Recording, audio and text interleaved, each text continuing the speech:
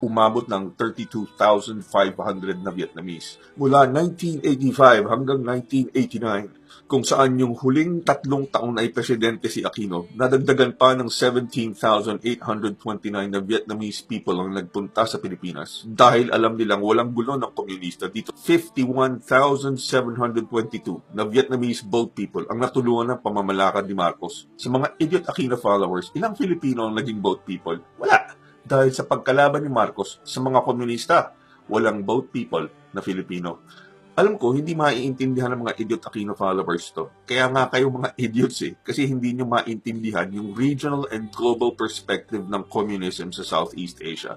Side note, punta kayo dito sa Amerika, sa Westminster sa California, at dito sa Falls Church sa Virginia, kung saan maraming Vietnamese migrants ang nagpunta dito. Ipapakausap ko sila sa inyo para malaman ninyo, pasasalamat nila kay Marcos nung sugbuin niya ang mga komunista.